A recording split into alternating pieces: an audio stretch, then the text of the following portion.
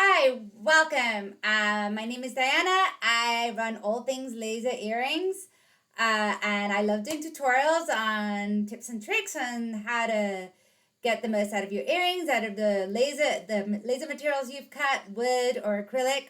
And today we are talking about paint filling. So I'm going to do two different videos because there are two main ways to paint fill. Today we are talking the dish soap method.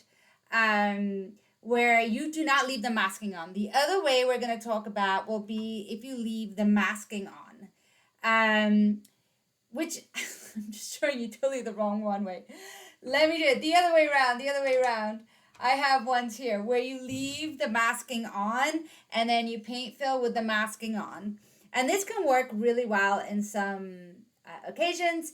It doesn't work so well if your design isn't very big and graphic.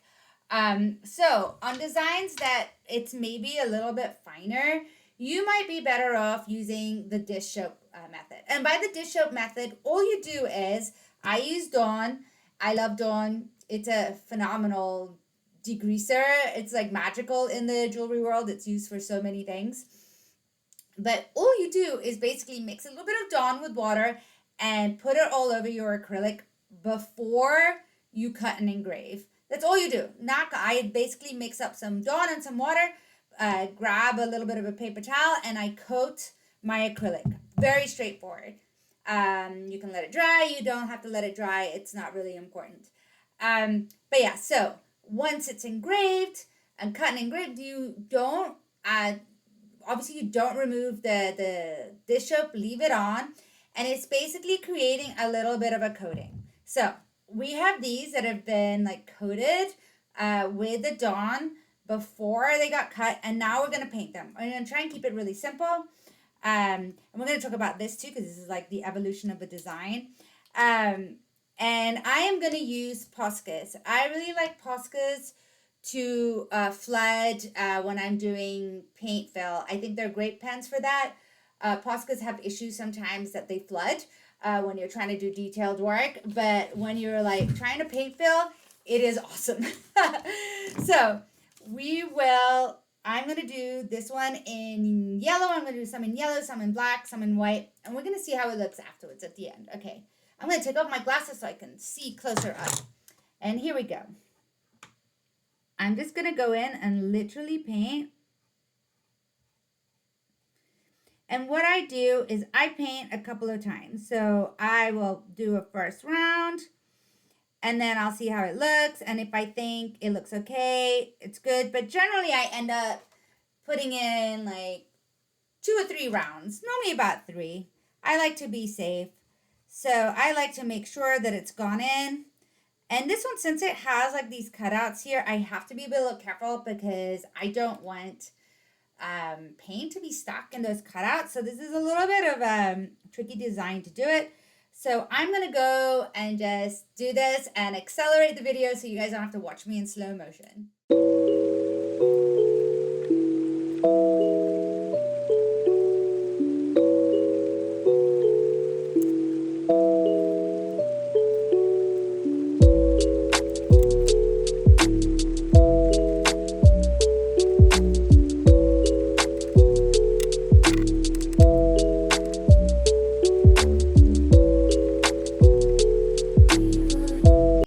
Several layers now, and they've mostly dried.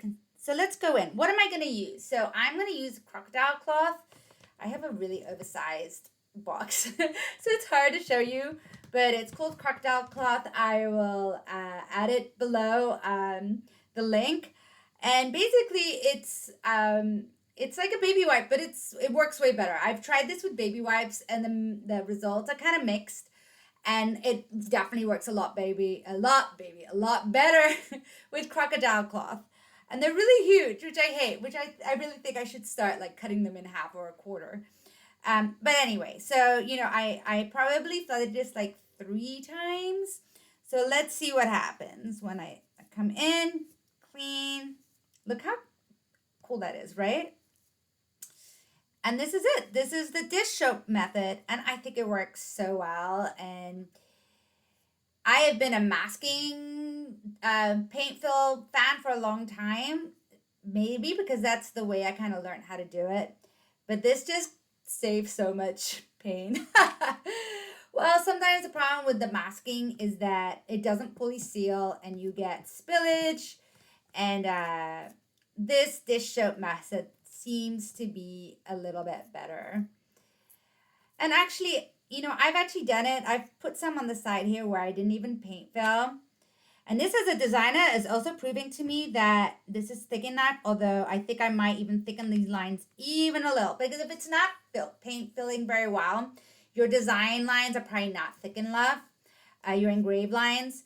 So I think I'm going to go in and just thicken them just a little bit more just to make sure that the paint stays in there. Because if your engraved lines aren't thick enough, then there's not enough space for paint to go in.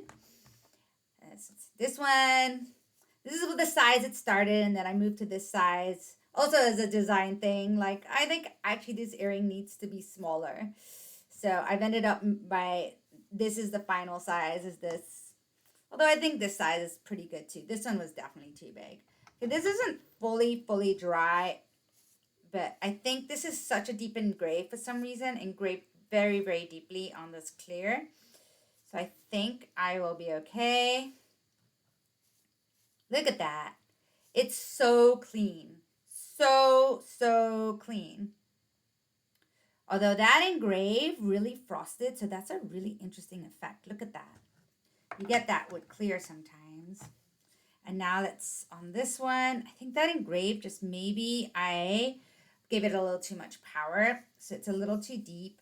And on clear, many times the engrave is enough. Like it'll give you enough of a line, especially if you use frosted clear. It's a great material if you don't even want to paint fill, is to use frosted clear. This one's really messy. This is black. Ooh. So I guess it's a good thing that this is a big cloth. Look at that, so much. I guess maybe too many layers. It's interesting, on this one, it really doesn't want to come off. So I'm guessing it's going to be color dependent too. I'm having to scrub so much that it's actually coming out.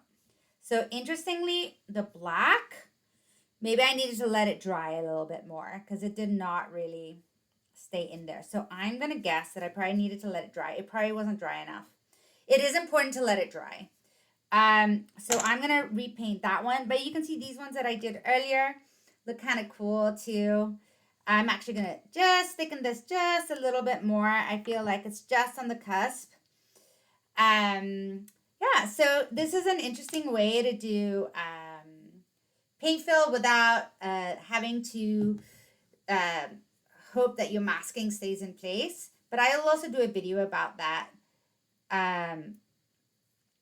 Just so you can see the two methods and you can try them and see what works best for you. And actually, sometimes it really depends on what you're making too. So I think the masking does not work well when you're doing like more delicate designs like these, but the masking works really well when you have more like bigger designs like these. The masking works just fine. So when you have bigger, more block graphic designs, when you're going for a more delicate look, the masking doesn't work very well. And I think this is probably the way to go. I hope you enjoyed this video. And if you have any questions, leave them below. If you want to join a really fun, supportive community where I share all my videos and tutorials and files, join All Things Laser Earrings on Facebook. And you can also access my membership at allthingslaserearrings.com. And thank you very much. And